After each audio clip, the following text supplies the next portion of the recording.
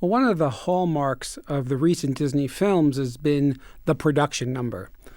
Under the Sea, in Mermaid, and Be Our Guest, or Friend Like Me, where you have the big number. So, of course, when we approached Pocahontas, Alan Menken and Stephen Schwartz were looking for that place to do that in our film. And we gravitated towards the Grandmother Willow having this song, and it was originally conceived as an idea for the whole forest to come alive, in a way that you could only do in animation.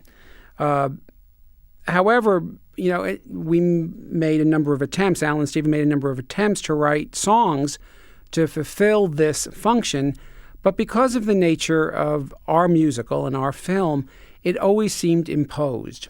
There were at least 3 numbers that I can think of that they wrote.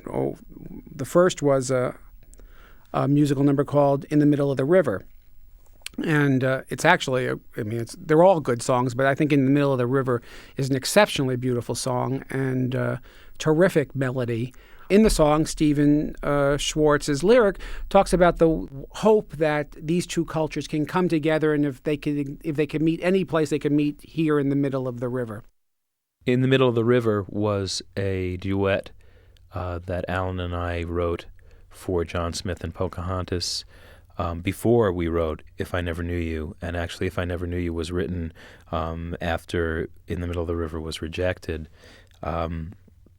I wonder now if we'd gotten In the Middle of the River accepted, if it would have remained in the film. It was a song that both Alan and I were very, very happy about. I think Alan wrote a wonderful tune, and I'd come across an Indian phrase, a Native American phrase, which basically said, about 2 armies standing on opposite sides of a river.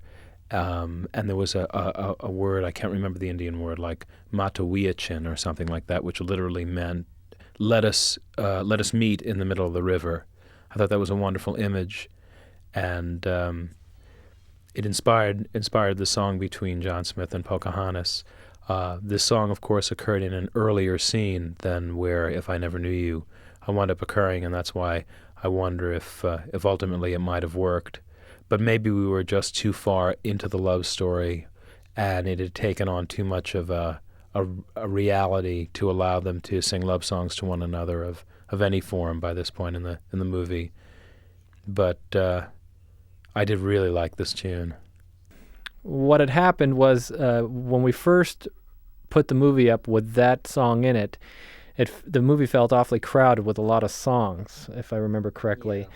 Yeah. And it was at that point in the movie, you wanted them to get on with it. They're both talking about doing something. Let's go and talk to my father, and you, the momentum of the movie, you didn't want them to stop and sing a song. I think again, people felt one song too many, and they also felt it was a little cliched to go to a song moment there. It almost felt like the sequence had been tailor-made to have a song plopped in it, and it felt unnatural for them. One of the most difficult things about making any of these films is getting into and out of a song gracefully. You have to do it in such a way that it seems organic to the movie. Yeah, I agree. I think that's true.